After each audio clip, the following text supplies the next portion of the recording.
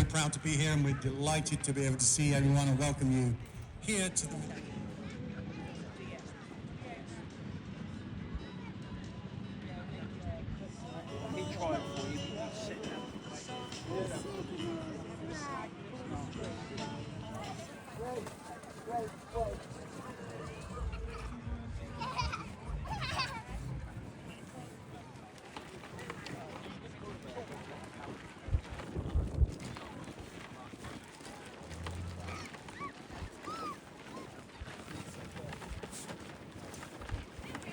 Today, they named the helicopters after American First Nations tribes.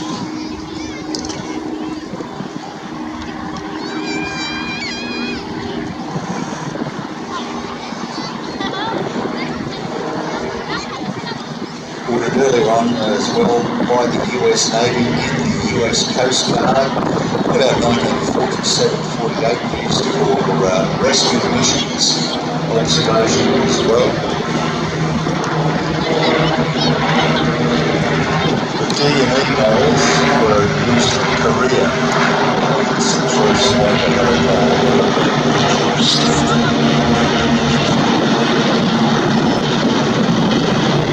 some of the bubble canopy later models on the 22.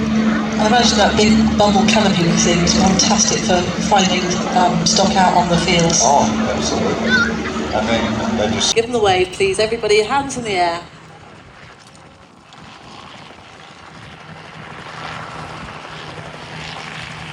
That one's got a, looks like a Canadian registration on it.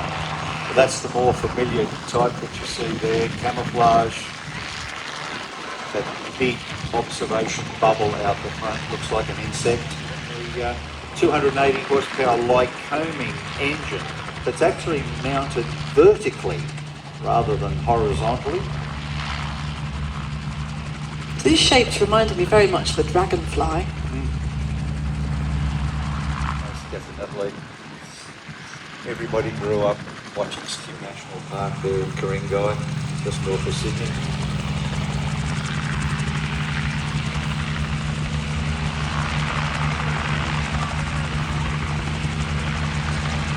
Four-seater version of it, the Bell 47J, has an enclosed cockpit and a solid metal tail boom.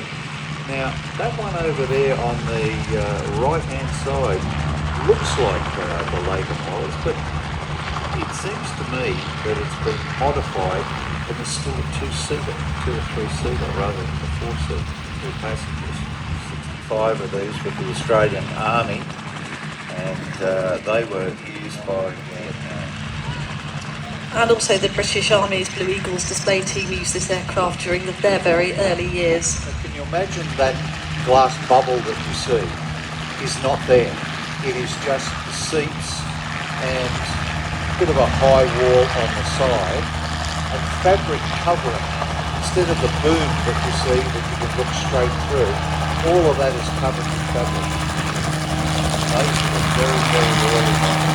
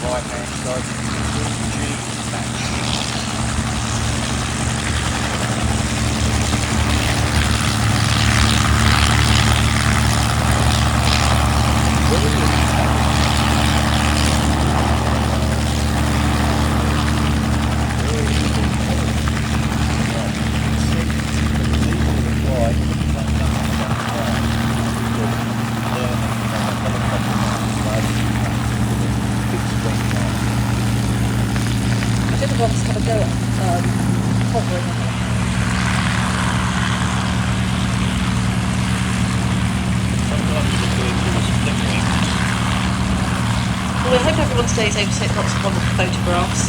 The lovely thing about Ragley is you don't need to be down at the front to get a great view, but because it's had that theatre going up the hill, But do please share your photographs with us on Instagram, tagging in Midlands Air Festival if you can. Now what I find interesting about this tail section of the helicopter that's sort of all exposed is that it's very similar across the weekend to other aircraft that looks very similar to this without fabric.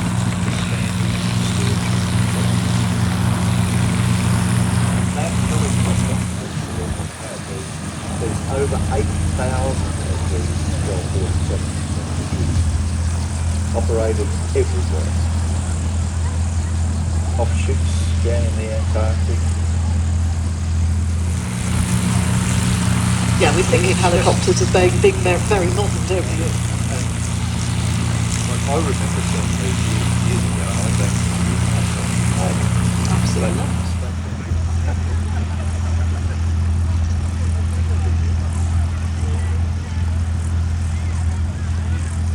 by the US Army. They were replaced by a much more capable helicopter produced by Hughes called the OH-6 Coyotes observation helicopter. But he started at a very early age, up in the attic of our home with balsa wood, an engine attached to a board up in the attic, and all of these models that are flying today are the next generation of that. So they really are quite specialised. Didn't have anything like this when I was a kid. It was control line. You managed to fire the thing up if you didn't cut your finger off on the prop. And then you had this line that ran out. So all you could do was basically operate the elevator. You had to keep the thing running around, so you were constantly turning around. And when you became more skillful, you could do all sorts of things, loops with it, and then get it back. But that took quite a while, and I went through a lot of balsa wood, never achieved two Skyraiders. But you can do jets as well, and they are real jets using Jet A1 fuel, and some of the costs involved in that you could spend enough. Nigel Ianson, John Mason, Joe Canella, Danny Booth Adams and Jason Eldridge, and hopefully when they finish flying, because they're concentrating somewhat at the moment, they might give us a wave. I think the biggest model that I've seen is a B-17 where all four engines operated, and they had the servos that could turn the turrets, operate the flaps, do all sorts of things. Bomb bay doors would open. The jets that operate, some of them are so sophisticated. They've got operating air brakes, dive flaps, nav lights. Some of them can even launch ordnance.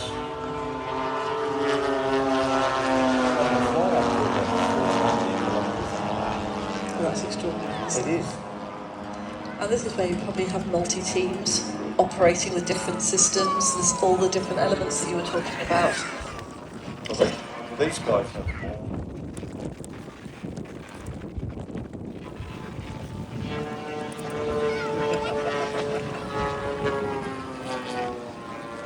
Beautiful landing there at Bearcat. And of course you can see the competition aerobatic up there across the time.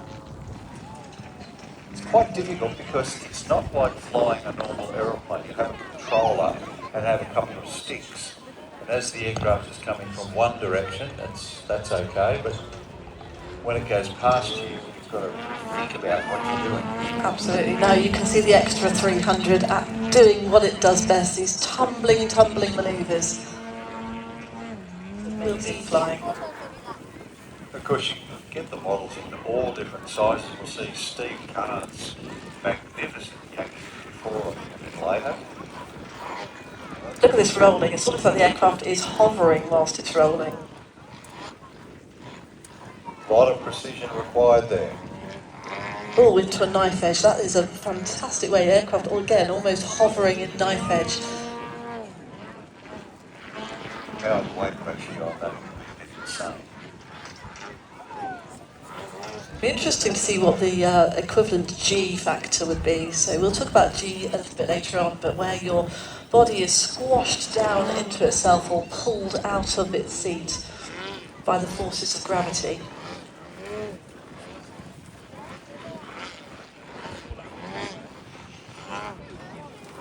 And you can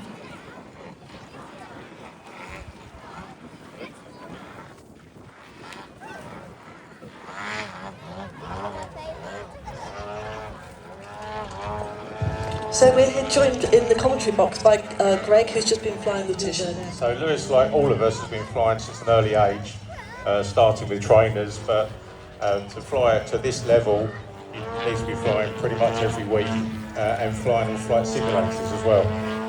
So although we fly these, we do fly and practice, especially these sort of manoeuvres on flight simulators, which represent the model, but they're not as expensive when you crash. Of course, and anyone wanting to get started, because I'm really, really excited about this, where would I go to get started with modelling? So if you want to learn, there is the British Model Flying Association, which have a website and they will tell you about all the different clubs that are in your area. Other than that, you need to be going to a model shop. We are representing TJD models here. TJD stands for Tim, John and Danny, and John was flying the Bearcat earlier. He runs that shop, and he would be able to provide you with the latest of small foam models that are ready to fly and can be flown pretty much anywhere because of the weight of them. And from that foam model, that starting point, how much time would you want to put in before you could invest in something a little bit more expensive in their display? That's right. There are competitions for models which follow the full-size criteria of following patterns. But what Lewis excels at is freestyle, so he's literally doing what he thinks of at the time, and it's all out of his head. There's no planning involved, he's just putting the sequence together with just whatever he thinks he can do next, or whatever the attitude of the aircraft is next, and try to display it in the best way. And it's extraordinary, just the fact that the aircraft can almost hover. Yeah, it's amazing. The power to weight ratio is what makes it very, very good. There's a lot of carbon fibre in there. Which makes it very light. Oh, great. Well, thank you so much for your insight, and the audience, a round of applause, so well done. So, Peter, I thought we'd just have a little chat about Ragley Hall, this beautiful setting for the weekend. Wonderful, wonderful place to have an air show, but that's down to Capability Brown. It's gorgeous here, isn't it? So, Ragley Hall, the home to the 9th Marquess and Marchioness of Hertford, and it's been the family home since 1680. That's quite a long time to look after a house.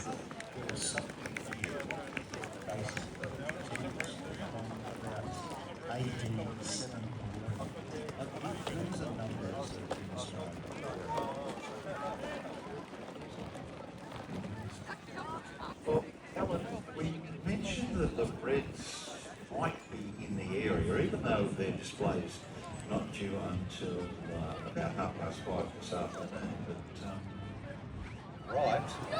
right now. Ladies and gentlemen, the Red Arrows.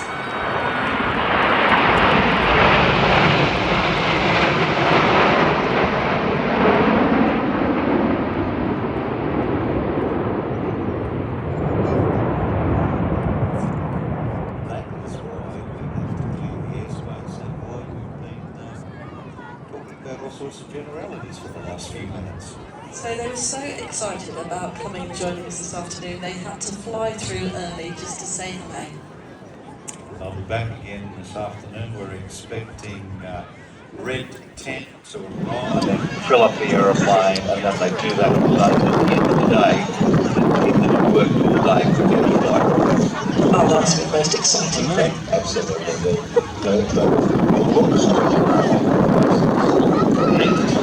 The little mono, Taylor monoplane.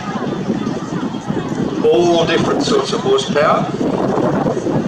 Well, this is also, ladies and gentlemen, where you can pick your aeroplane and see which one you like the best. Now, the Stomp is leading the pack. It's the beautiful red biplane, absolutely gorgeous. And we have the yellow mono and the blue mono tight in formation behind. Three runways.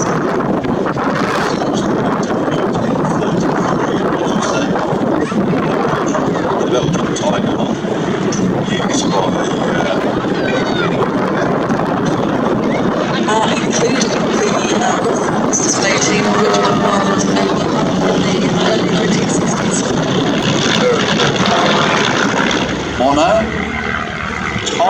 aeroplane. Generally 40 horsepower VW engine conversions. Only about pilot's been described like the happy biker. How can you tell a happy biker? Smile on their face and notice the magic. You can sense it.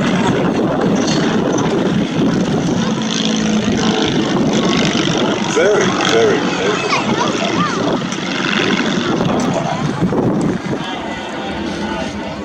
Just has, look at that, nice split up there. Oh, we talked about mismatched aircraft, and they can't get more mismatched than this very elderly now.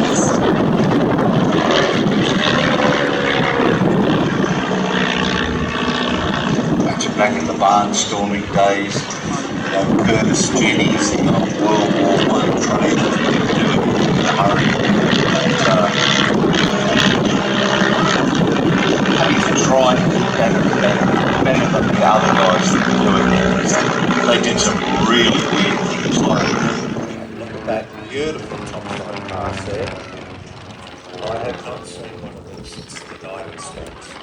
So this is a single-seat sport and racing aircraft. Look at the size of the aircraft to start off. Only has a 15-foot span and has a length of 16 feet. Originally 100 horsepower Continental engine, 4 cylinders, and designed for that Formula One. It's got a maximum speed of 248 miles an hour, which is incredibly fast. It is a pocket rocket, and if you have a look at the canopy, it is tiny. This aircraft is named Nemesis. It was built in 1944, and it was the winner of the King's Cup with Steve Jones on board. So the pilot doesn't necessarily get into this aircraft, it's almost like he wears the aeroplane, it's so tight. Formula One Air Racer was first proposed in 1936, they were going to call it Midget Racing. Post-war they set a specification, maximum engine capacity of 90 cubic inches, which is only just over 3 litres. First competition was held in 1947, with some pilots actually reducing the engine sizes of 1930s races so that they could get into this midget category. You imagine up to 10 of these rolling around. We were talking about this earlier, weren't we, with the model aircraft flying. So this is the full-size version, but also, as well as the pylon races, many other different types of air racing in the Schneider Trophy, as well, where aircraft fly across country. We have the Red Bull air racing, which has been happening over recent years, where the aircraft fly through pylons. Oh, this is the wave we pass, everyone. In the hands of the air, ladies and gentlemen, give me a big wave.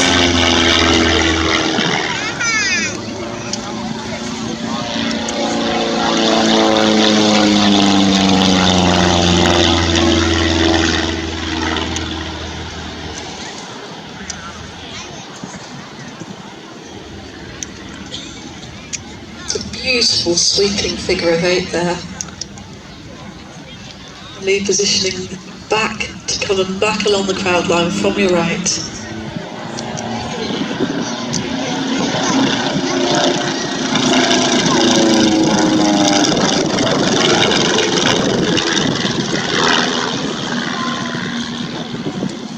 Again, think about 6 to 10 of these all in really close races. As we said before, my name is Flying Officer Seb Wilson. I'm the Tutor Display Manager this season, and it's really a pleasure to display the prop for you all today. And now flying in towards us from the centre at nearly 200 miles an hour is the Tutor Display Pilot, Flight Lieutenant Bob Dews. Give him a round of applause.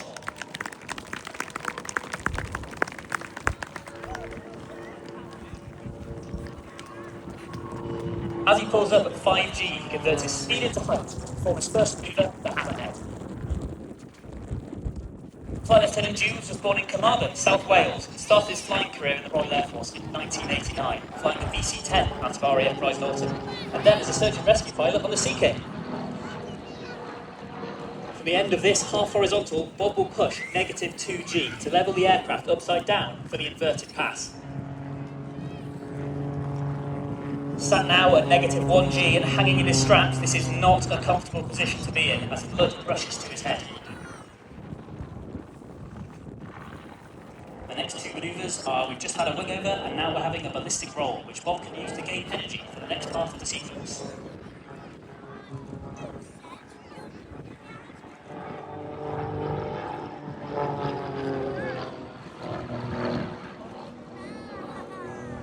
Displaying the tutor requires careful energy management due to its low power-to-weight ratio.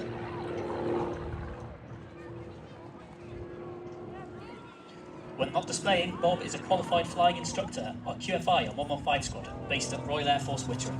During his varied career, Bob has amassed over 8,000 flying hours on 15 different aircraft types. In this 4-point roll, Bob delicately uses the rudder to support the nose above the horizon while flying at 90 degrees out and back. Continue in the same direction.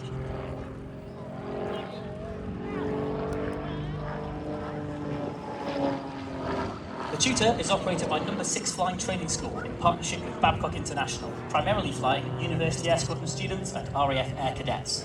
There are 13 air experience flights across the UK that offer flights to up to 20,000 cadets each year. This could be you if you're between 13 and 20 years old. Unlike the last stall turn, this one is flown conventional, allowing Bob to exit in the opposite direction to the entry. After completing this turn, Bob will now enter the slow roll.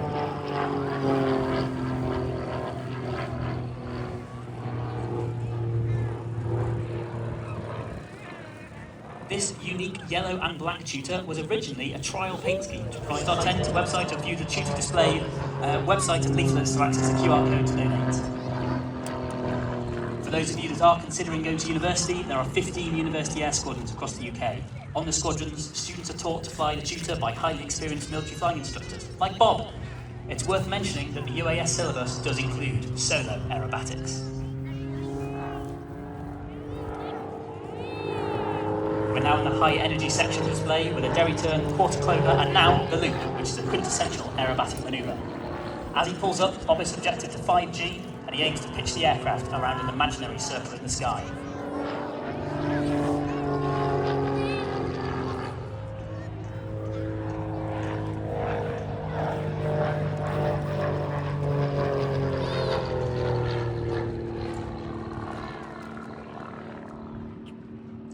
I'd like to take this moment to say a big thank you to our supporters this season. They are the Royal Air Force Benevolent Fund, Babcock International and Runway 25, who provided much of the merchandise we're giving out on our stand this season.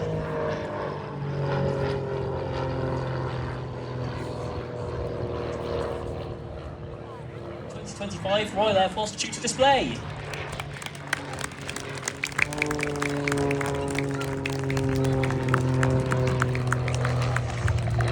And ladies and gentlemen, put your hands together for Seb for that wonderful commentary. Although they are ladies and gentlemen, boys and girls, Rosie and Colt, that's what you wanted.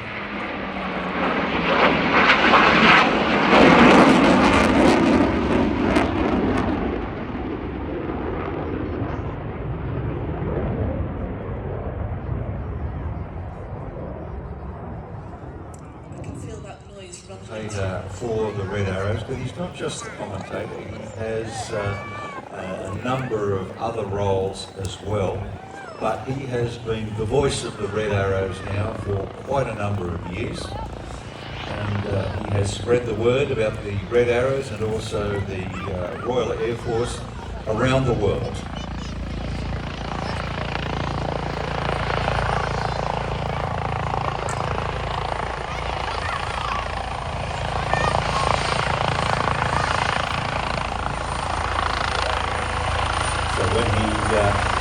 When he steps out, just hang on to your hats down the front there.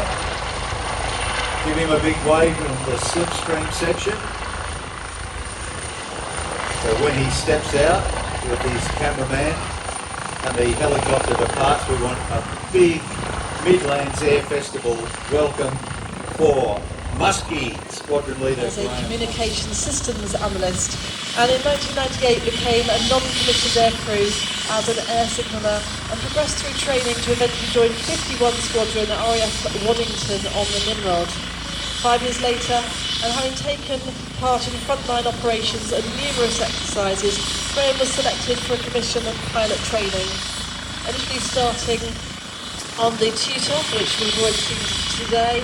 He moved on to the Tucano and Hawk before moving on. So currently the team are based at RAF Waddington and have 56 displays and flypast planned for this year. Now, ladies and gentlemen, in his distinctive red flying suit, a big and massive Midlands Air Festival welcome for Muskie. Muskie. Red 10. Put your hands together, ladies and gentlemen. The famous Red 10.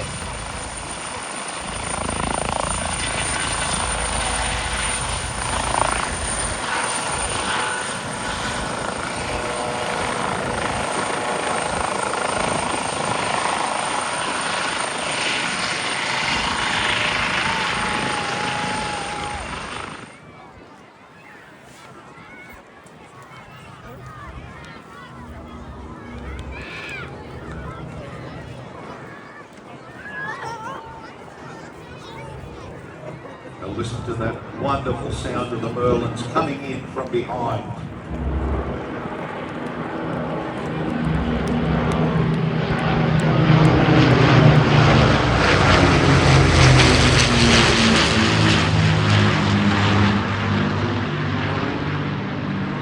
The iconic formation of the Lancaster Spitfire and Hurricane. 2 Spitfires.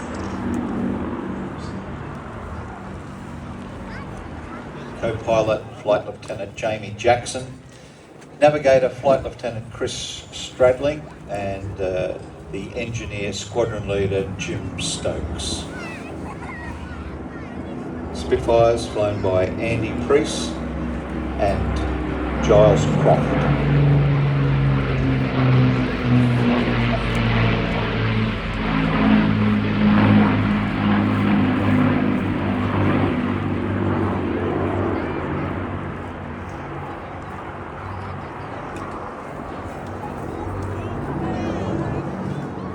September 1945, with the first flight over London by a Spitfire and Hurricane to commemorate the efforts of Fighter Command in the Battle of Britain.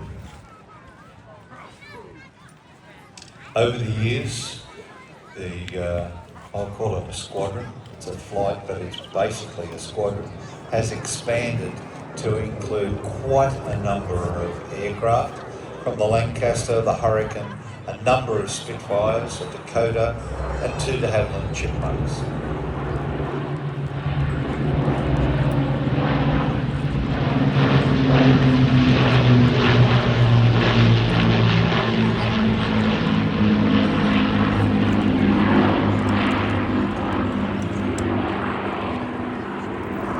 Spitfires vary in their different marks, belonging to the unit from a Mark 2A, a Mark 5, Mark 9, Mark 16 and Mark 9.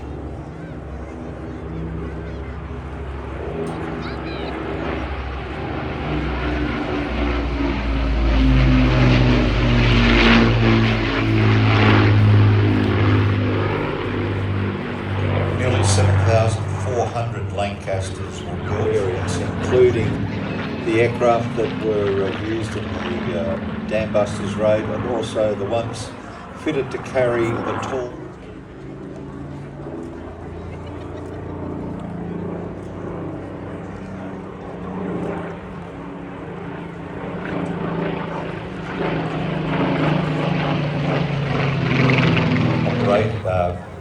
rotated in the opposite direction to the Merlin. Much larger engine as well. Manufactured. It's an incredible figure to think of that number of aircraft, and then you add the Hurricanes, the Tempests, the Typhoons.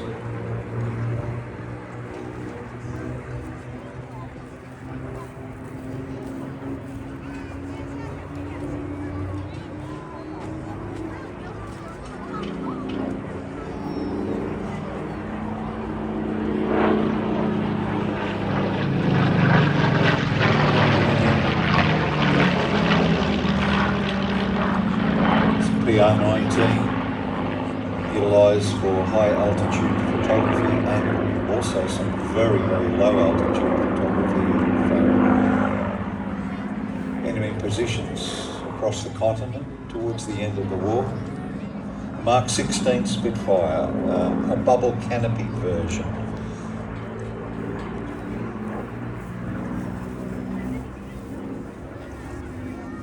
Numerous squadrons equipped with that bubble canopy version in the final year of the war.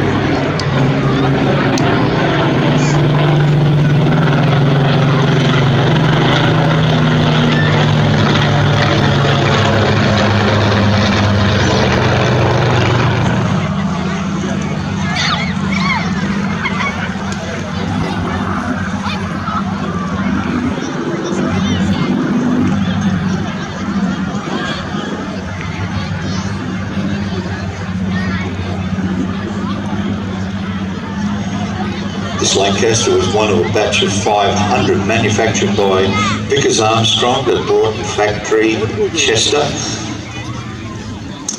and it was converted for use by the Tiger Force. That was a force that was to operate the RAF force as part of Operation Downfall, which was to be attacks on the Japanese homeland and precursor to the invasion of Japan, but the atomic bomb saw the end of that, and so the aircraft was not used.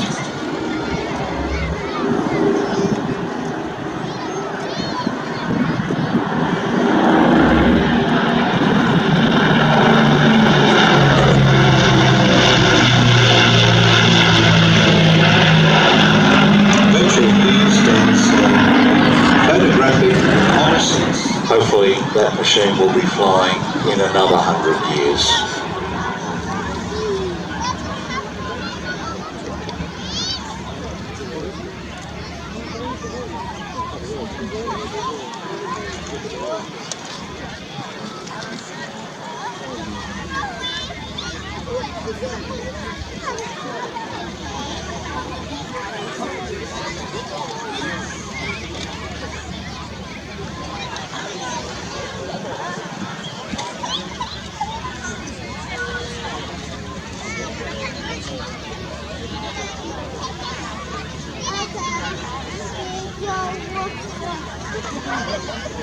Well, ladies and gentlemen, boys and girls, get your cameras out for the last pass from the Battle of Britain Memorial Flight.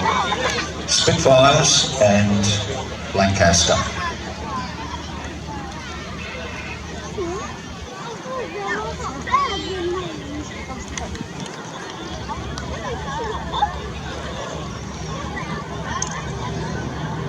Wonderful sight there, ladies and gentlemen. Give them a big wave as they fly past.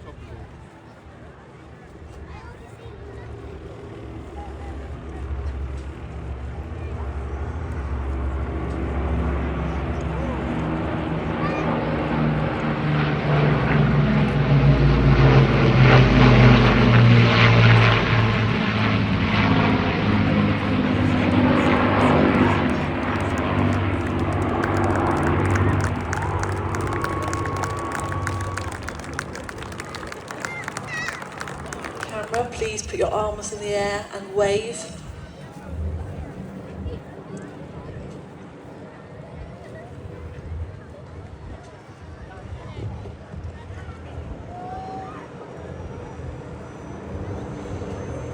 Ladies and gentlemen, boys and girls, put your hands together for the Battle of Britain Memorial Flight.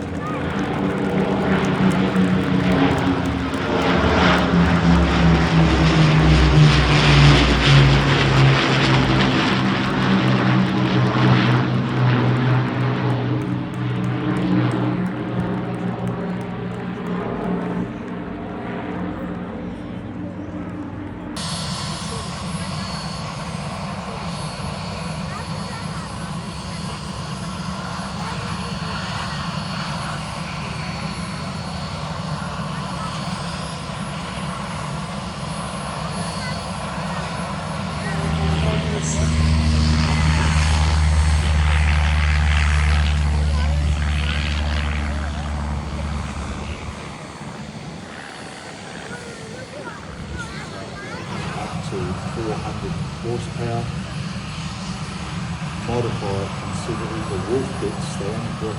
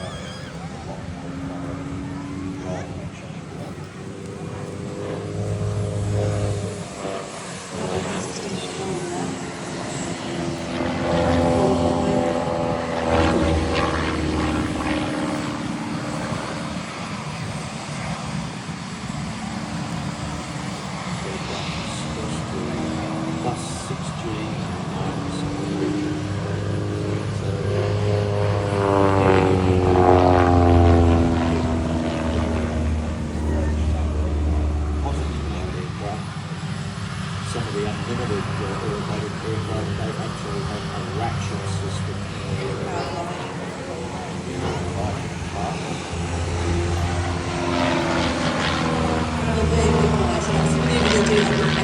Finish off that really sporting and energetic display. So Lauren will be landing and a little bit more, so you do see her. She's in a green flag, so do stop and go chat to her. She's close to talk to you.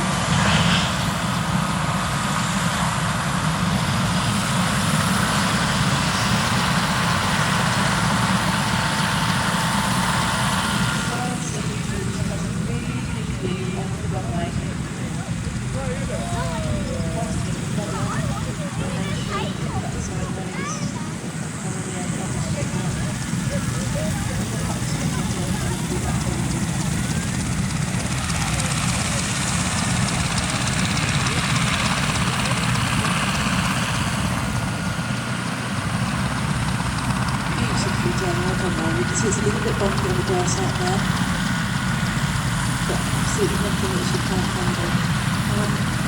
So Lauren can't hear you as that canopy opens. Do give her a big rapid cheer and wave, and as I said, she will be wandering about, so if you see her, do stop and say hello. And Lauren will be back to display to us again tomorrow. So what's next, please? Demonstrate aerobatic very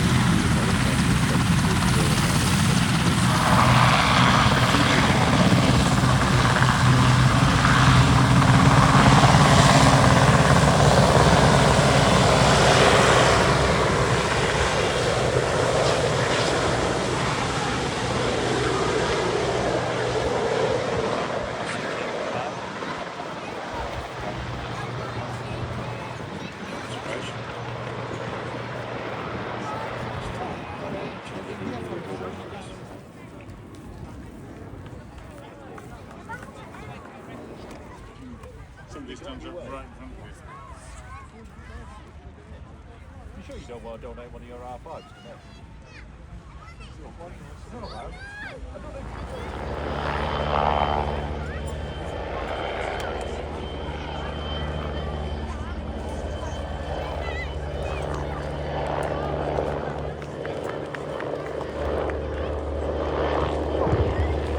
Now that is one very special helicopter, the MBB B01 engine, utility, multi-purpose and light attack.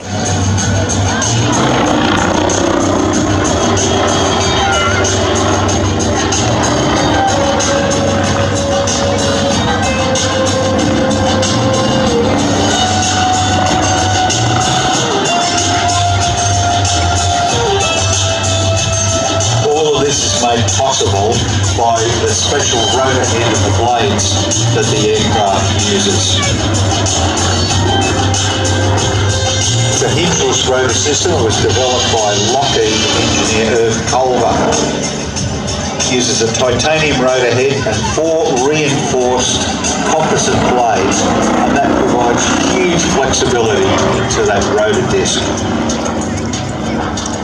The hingeless design also removes a whole bunch of other controls that are not. Now look at that, a forward tumble.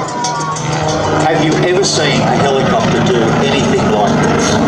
It's quite extraordinary, Pete. I mean, this is the display that I was so much looking forward to today. Helicopter doing aerobatics in front of us at the Midlands Air Festival at Ragley Hall is something you wouldn't have thought possible, and here it is, thanks to the amazing... I would imagine, actually, that they're smiling and having the best time, because that's what I would be doing. Another beautiful tight loop there.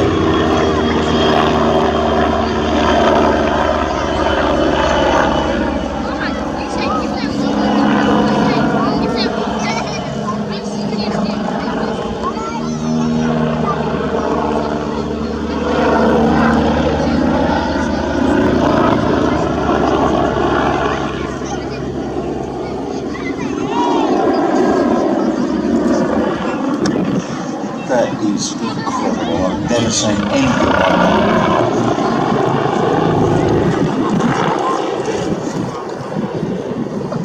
also the aircraft kept in Salzburg in the most beautiful hangar.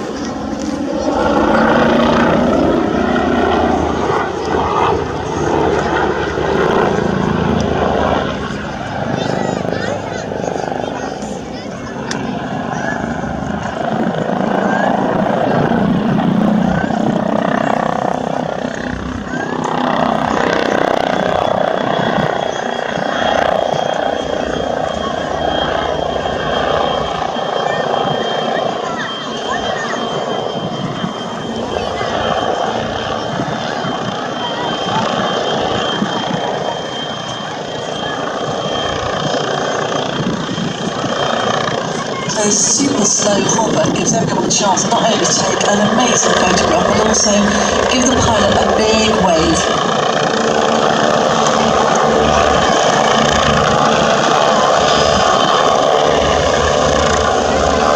Right, hands in the air, everybody. Said pilot Felix Baumgartner today. 14th of October 2012, from the Red Bull Stratus helium balloon.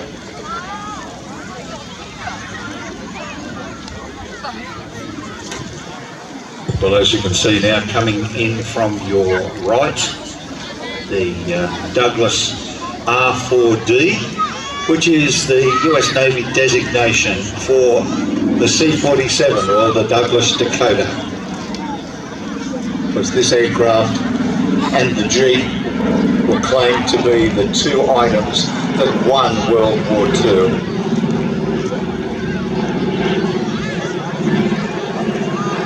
First flight way back in December 1935, which was actually the 32nd anniversary of Vietnam with the 6th Gatling guns. Spooky.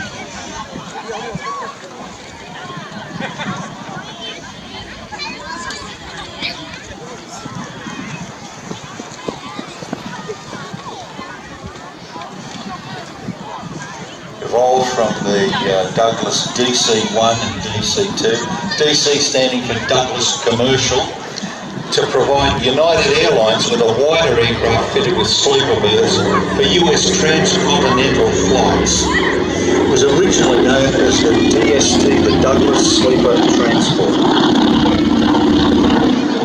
Two Pratt & Whitney R1830 or 1820 engines, the Wrights. Didn't have much of a maximum speed, but had a payload of some 8,000 pounds and could carry a variety of things from jeeps, supplies and equipment out of the back, basically in the Air Force in the United States. Built in 1944, and this aircraft is named Ready for Duty. Initially assigned to the Naval Air Transport Service, VR3, that particular squadron. It served as a medical and cargo transport throughout World War II. And by what was then the Confederate Air Force Dallas Fort Worth Wing.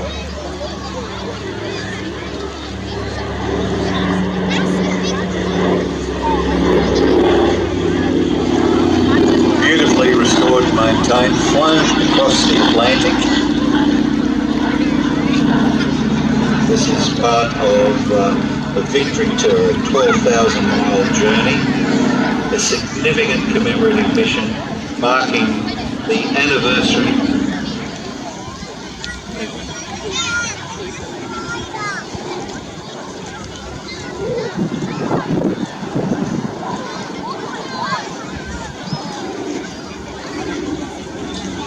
Again, wearing the distinctive Navy camouflage, grey over insignia white.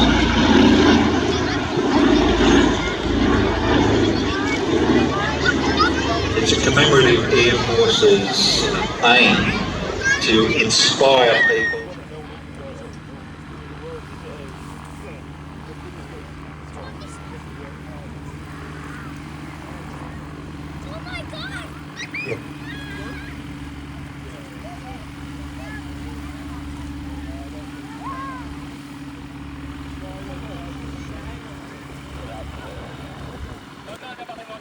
today. Pete just on hold down there at the end of the runway. You can see that the rotor is not moving, but you've got an engine behind that is. Now that power plant is about 115 horsepower Rotax. You can actually get a turbocharged version of that. The rotor diameter is about 27 feet, only has a length of about 16 feet, but it is quite a performer, about 100 knots max speed and a range of 435 nautical miles.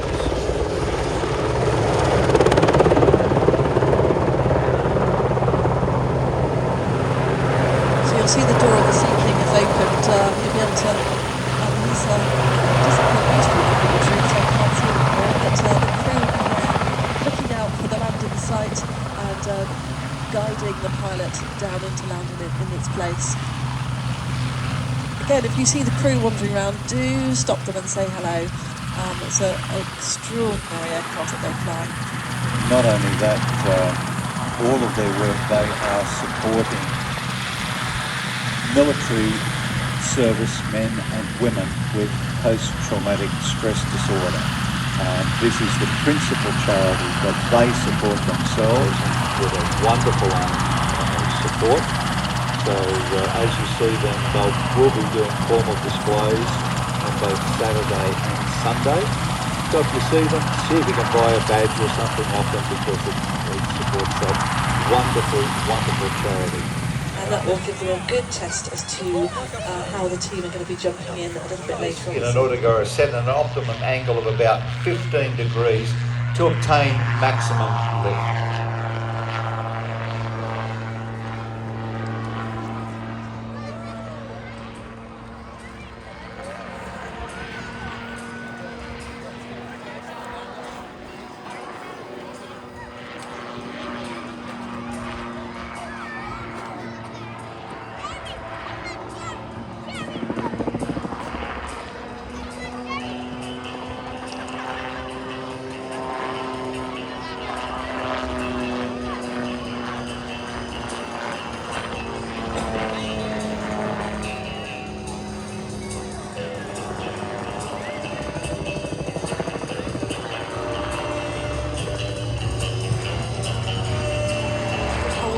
Won the 1994 Round the World Air Race, which is officially recorded as an Earth Rounder, awarded to people who have flown around the world in the name of adventure.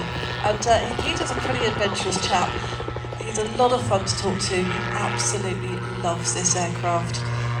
Again, if you see him wandering around, today he's wearing a particularly lovely pale blue shirt, looking very pilot-like. They're usually in a baggy flying suit of some sort, but if you see him, do say hello, because he can give you an insight into what it's like flying this fascinating machine. He set quite a lot of world records as well, and he was awarded the first British gold Colibri, and at the time the only gold to be awarded in the world.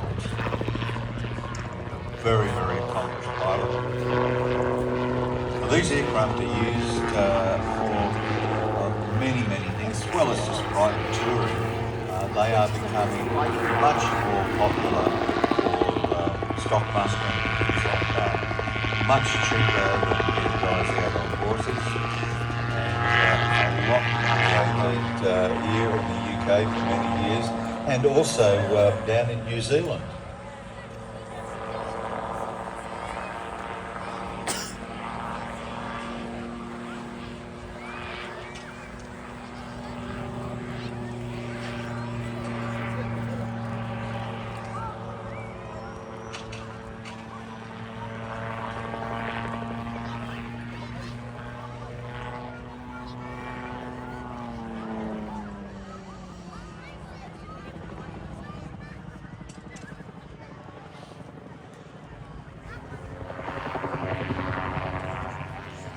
You can really see the control that Pete's demonstrating in that gyrocopter, auto gyro, tomato.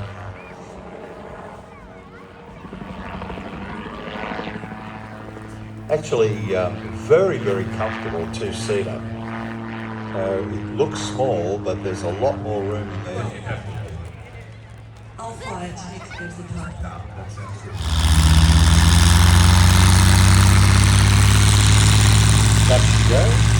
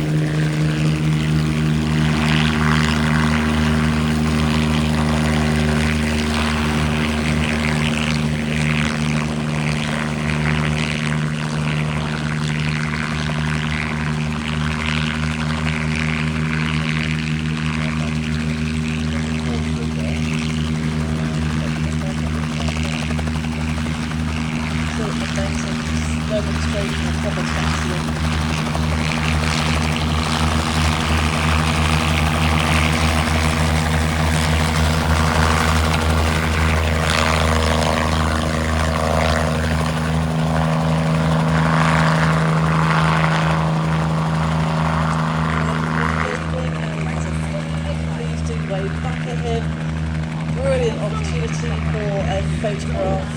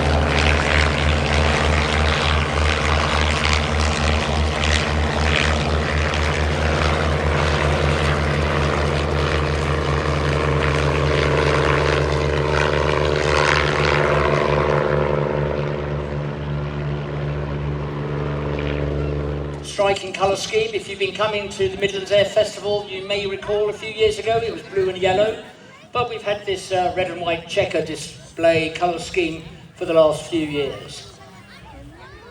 So once he's lined up with the runway, I expect him to get airborne in very short order.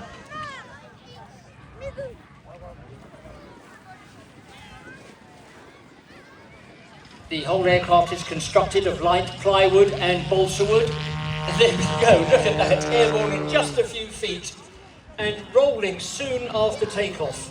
In fact, he's performing a rolling circle, so describing a circle over the ground while the aircraft rolls. A very difficult manoeuvre to do when you're actually in the cockpit, let alone when you're doing it from the ground. Trying to remember which way is up and which way is left and which way is right. Got a nice smoke system there. That's from attachments on the wing which take smoke canisters. The canisters are ignited by a model radio workshop solid state relay. And it's a Pete Tyndall smoke system that's used on the exhaust with Pete Tyndall smoke fluid, and the heat causes the fluid to vaporize and leaves that nice smoke trail that allows us to follow its still conditions, let alone in this slight wind that we've got here today.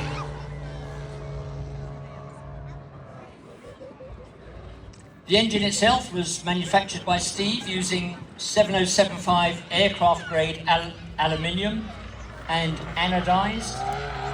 For the engineers amongst you, the crankshaft is a 5-piece crest crank with Steve's own anti-rotation design.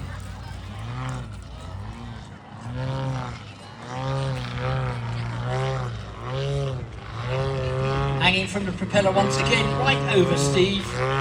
Let's hope he keeps it airborne, else he'll have a nasty bump on his head. Look at that. I remember seeing a life-size version of the Yak performing a similar manoeuvre over at the Farnborough Airshow some years ago, which was just as impressive as what's...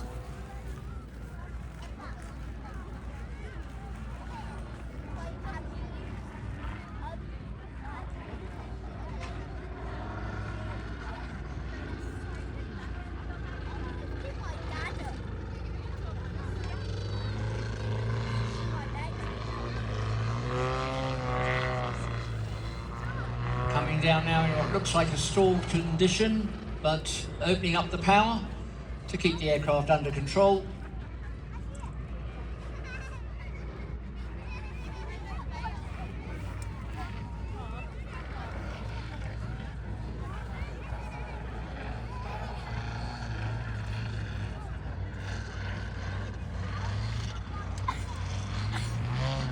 Looking as if he's coming into land, but no. Stick that nose up into the air, open the power, and let's just hang for a while.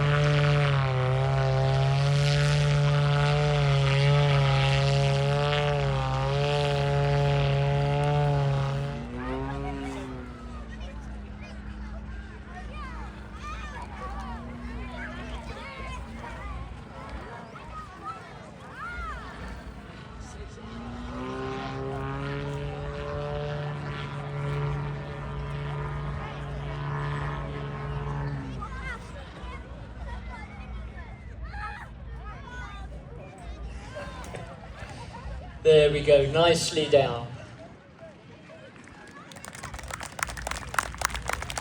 Yes, a great round of applause, please. A super display there by Steve Carr and assisted today by Francis Britton. Air Force Base. This is where all the shuttle commanders train. We have been in a pressure chamber with... Midlands, please put your hands together for the 2025 Royal Air Force Aerobatic team. It's the Red Arrows!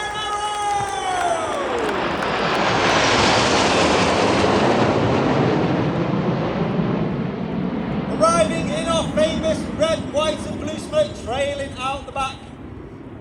And pulling off ever so slightly and moving to the right, Red 1 brings the team for a rolling arrival, which means he's going for a rolling show.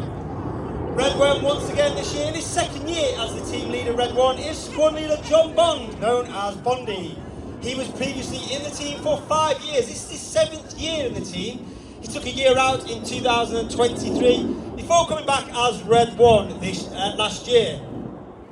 He's a former Typhoon pilot, former Tucano qualified flying instructor, and he displayed the Tucano in 2012. In from the right, in our Diamond 9, once again, the Red Arrows.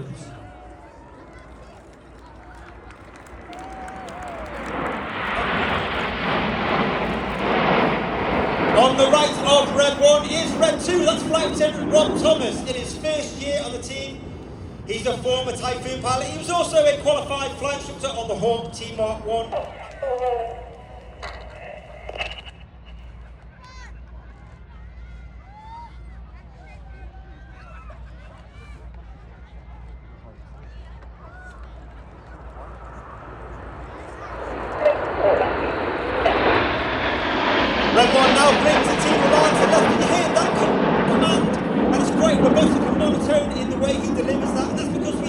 formation by ear rather than by eye, which means the pilots on the outside of the formation are putting their inputs into the controls just a little bit earlier than those on the inside, so the wings move as one rather than a ripple effect. Now 8 and 9 collapse in behind to form once again the shape of one of the most iconic aircraft ever to fly in history. This is Concorde!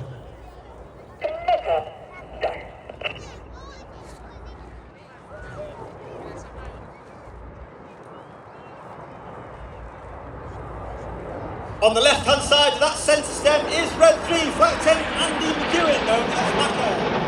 He is in his first year on the team. He has flown the AV-8B while exchange on the United States Marine Corps before coming back and flying the 5th generation F-35 Lightning. He is the first pilot in the Red Arrows history to come from the Lightning F-35 of the Royal Air Force Typhoon display. And coming in from the right, this is Typhoon!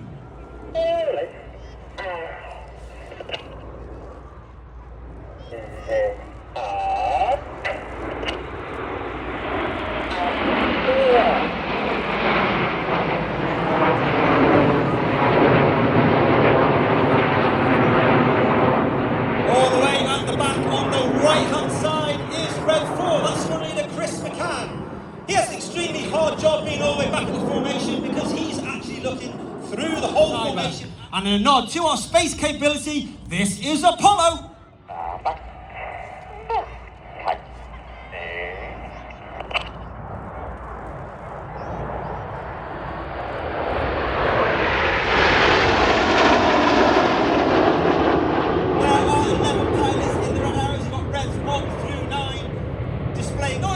And colourful, Big Vixen.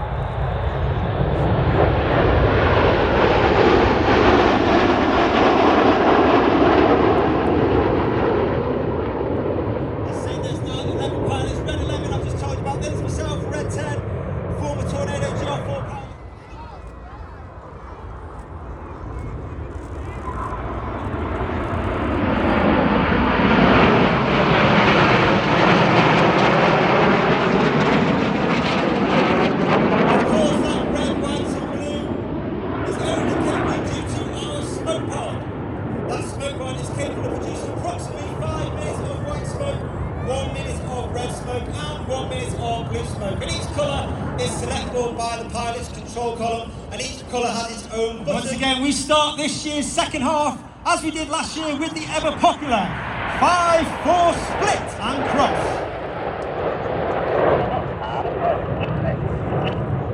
As we go into the second half, it's the more dynamic, more fast-paced, more heart-pumping, jaw-dropping manoeuvres flown by two distinct sections.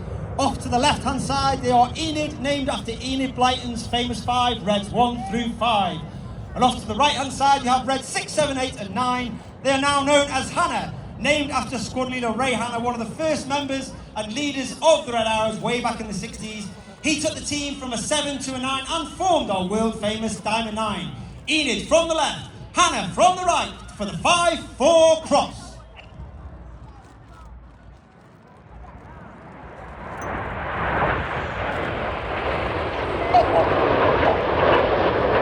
Number 5, roll goes. Number 5 rolls around the rest of the smoke of Enid.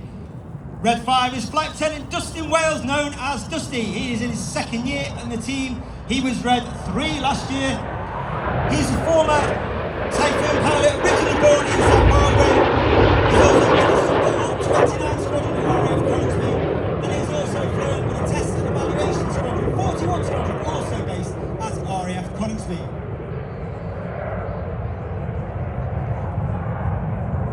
Look around the synchro. Once again, get your cameras ready for the Hannah break.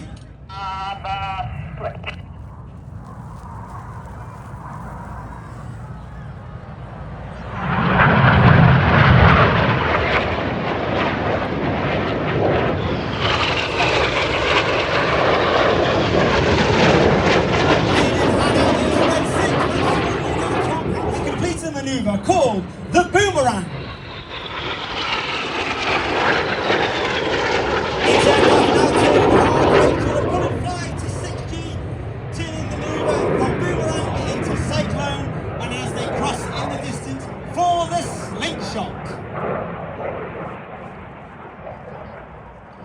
Look to your right, and coming in from the left-hand side, look for him over the trees, is Red 9, Flight Lieutenant Ollie Suckling, with a speed of over 500 miles per hour as he performs the Goose.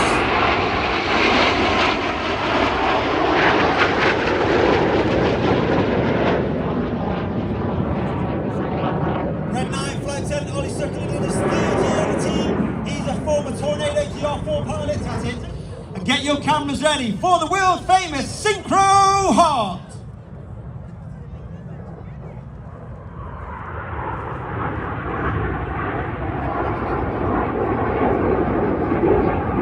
And on behalf of the Red Arrows, we'd like to wish Bobby Richards a very happy 9th birthday today.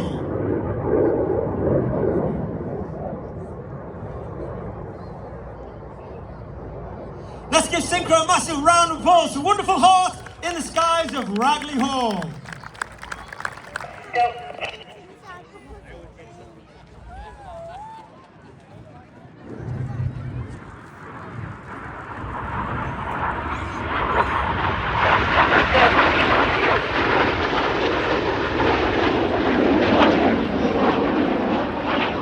As I said earlier, the team is over 140 personnel. We have the engineers.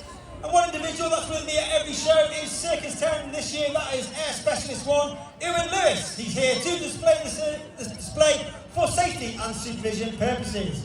But coming in from the left, you've got Enid with the rolling around the formation 8 and 9 in the corkscrew.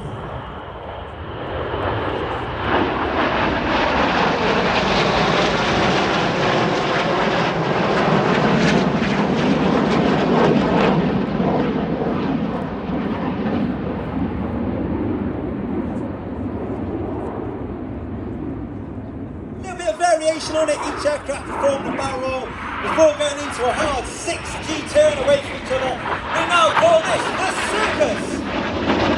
Then 6 and 7 coming hard back up to 6G. That means everything about them is now weighing 6 times heavier than what you and I are as we stand on Ragley Hall ground. Passing with only 30 feet between aircraft, Red 6 and 7 now turning hard towards the display line.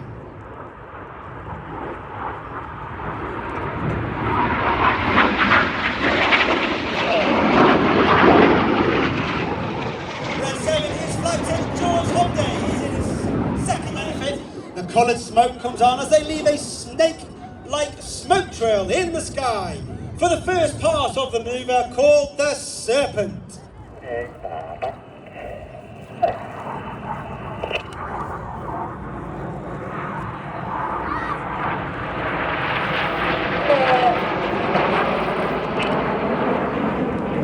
motto of the Red Arrows is "Eclat," which means excellence. That means every single member of the team working extremely hard, their heads tilted left and right, looking 90 degrees at Red 1.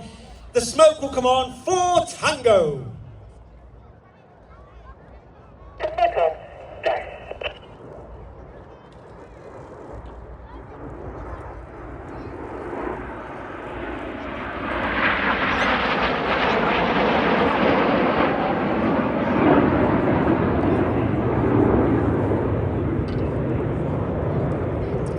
As Enid leads to our left-hand side, once again manoeuvres this year, Red 6 and 9 inverted for the chainsaw.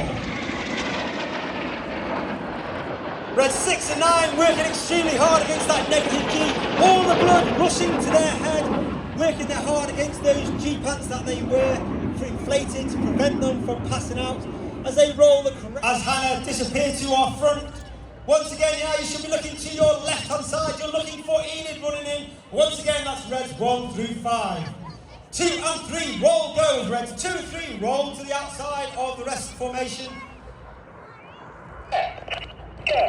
Clear goes the call as Reds 4 and 5 roll to the outside. In one of the hardest manoeuvres our new pilots have to master each year, this is rollbacks.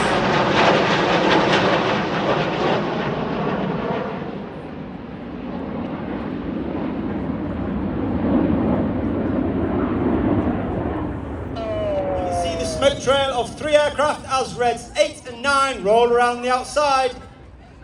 Get ready for the surprise. There's 1 aircraft, there's 2, there's 3. Oh no, there's 4 as they perform the Tempest.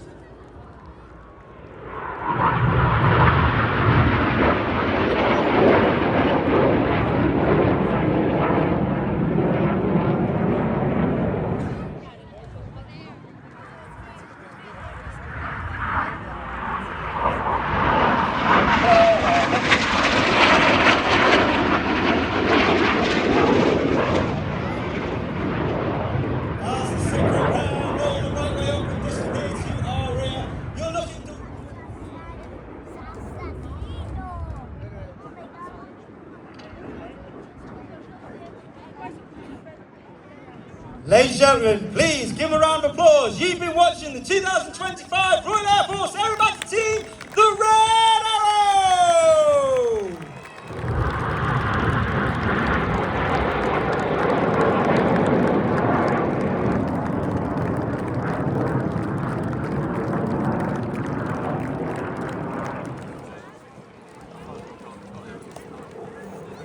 Ladies and gentlemen, in from the right is the Rolls-Royce Spitfire.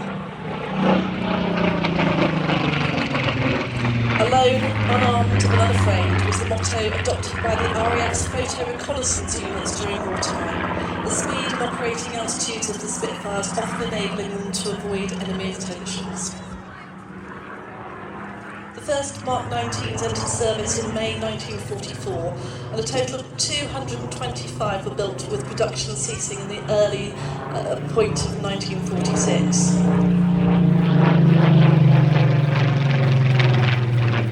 They were used in the frontline RAF service until April 1954, and in fact the last Mark 19 that was used to perform an operational act was in 1963.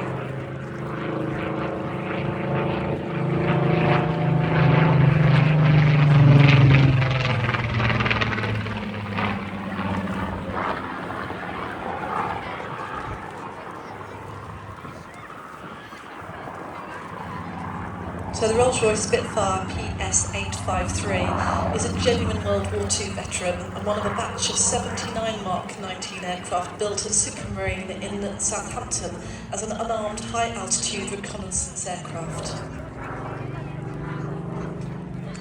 Undertook operational wartime missions over the Hague, Rotterdam, the River Eel, Emden, Bremerhaven and Cuxhaven, photographing shipping and V2 sites. March 1946 it returned to the UK and was stored in a succession of maintenance units, and in September 1952 arrived at what is a very British term, the temperature and humidity flight, RAF Woodvale in Lancashire. It was actually operated by the private company Short Brothers in Harlem. 9th of June 1957, it performed the last RAF Spitfire flight with the temperature and humidity flight. The aircraft being transferred over to the nascent historic aircraft flight. It can really be said that with the Back of Britain flight, there has not been a time, really since 1938, when a Spitfire was not on charge to the RAF. There's the magnificent machine, 35 litres, whereas the Rolls-Royce are very much more growly aircraft. Of course, the Griffin was used in every model subsequent to the Mark 11. Empire Test Pilot School's chief instructor. He's also British Airways pilot, chief pilot at Spitfire.com. He flies with the Shuttleworth team down at Old Warden. He's a vertical airspace test pilot, has over 5,000 hours flying over 120 different types, and he's the first person to fly 100 years of fighters from the SE-5A to the F-35. Also an all-round good guy.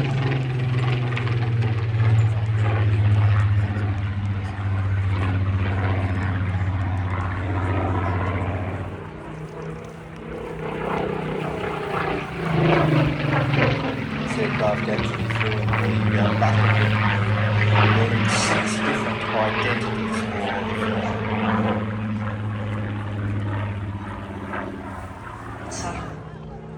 Breathed calm, quickening heart, a shoot upon the shoulders warm, and hands in gloves prepared to start the waiting wizard's burning storm. Vibrations calm the cockpit view. She loops and rolls and ploughs the land, with perfect lines all men desire, but 'tis a sword within my hand, the finest blade baptized in fire.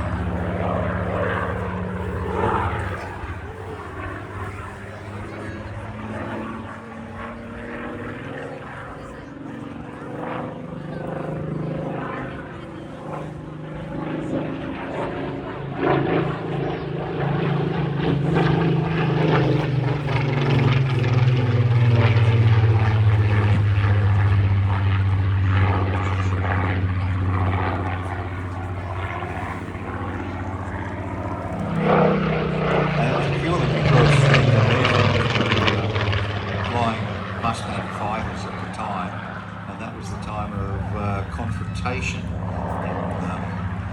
Indonesia where we were there, Brits were there, they were flying supersonic aircraft. So how do you combat a World War II aircraft that was very clear with a supersonic jet? That's the only way they worked out how to do it. I suppose it's testament to the fact that it kept the aircraft flying for so long that we have so many examples of them flying today. This aircraft was actually Camera is ready, and if you'd like to lift a hand and give the Jim a wave as he brings the aircraft through one final time for us.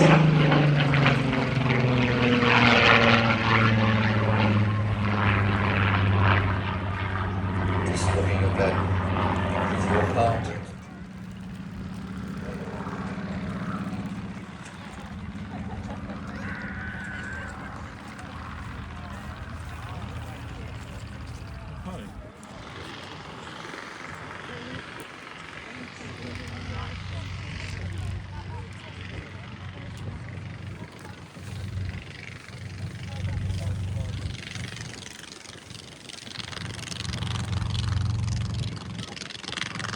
And taking off is Uncle Bob, and he's flying his Fournier RF4, and we'll be seeing him later on as part of our evening display.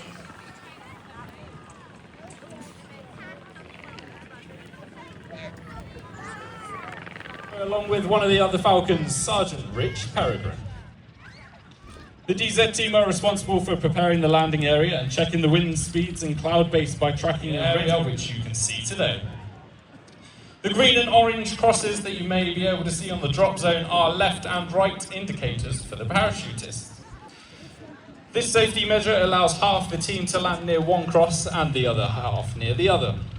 The information has already been collated by the DZ team, has already been passed to the team coach, who will be briefing the jumpers as to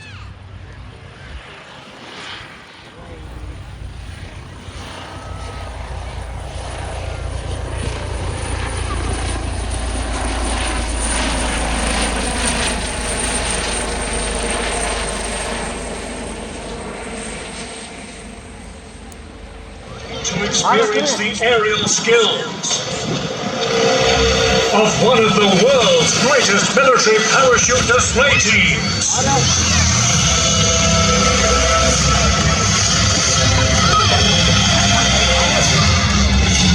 Get your cameras. Ladies and gentlemen. Now turn and look up to the sky, get your cameras pointed. Liam lines his boots as he hangs out the door. Please prepare yourself.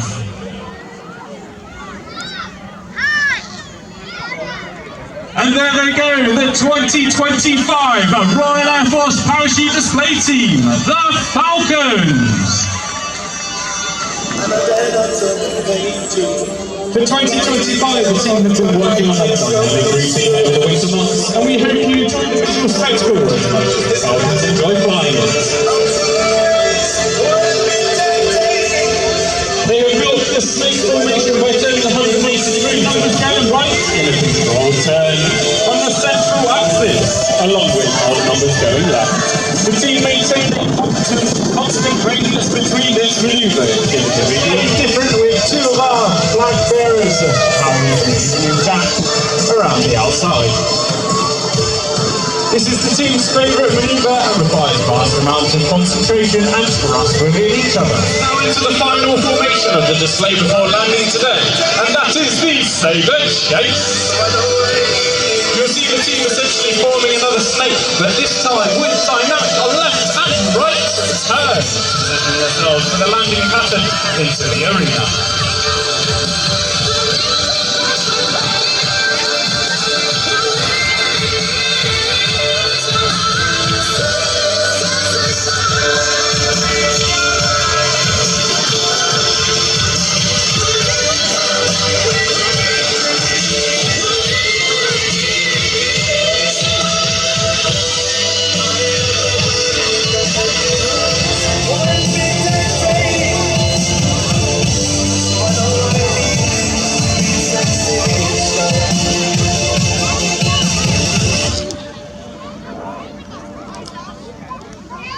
the parachuters approach the DZ, they'll be able to hear you. So please put your hands together and give them a huge cheer to encourage them to show your appreciation for the skills demonstrated by the Royal Air Force Falcons.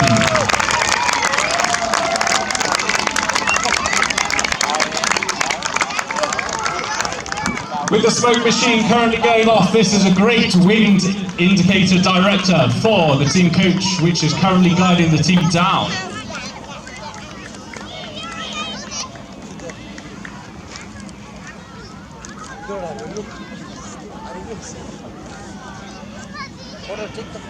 Please do give us a follow at our social media. It's on Instagram and X as RAF Falcons, or hashtag us at RAF Falcons in your videos. Taking the ground now is Flight Sergeant Liam Lyons.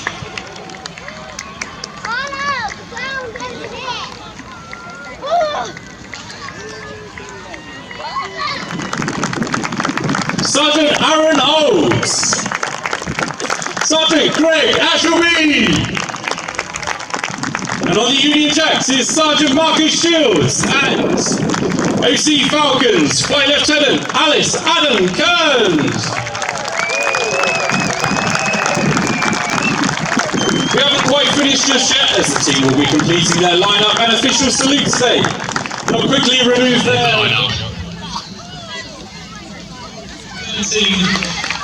All of you lot here at Midlands Air Festival this year and prepare for customers.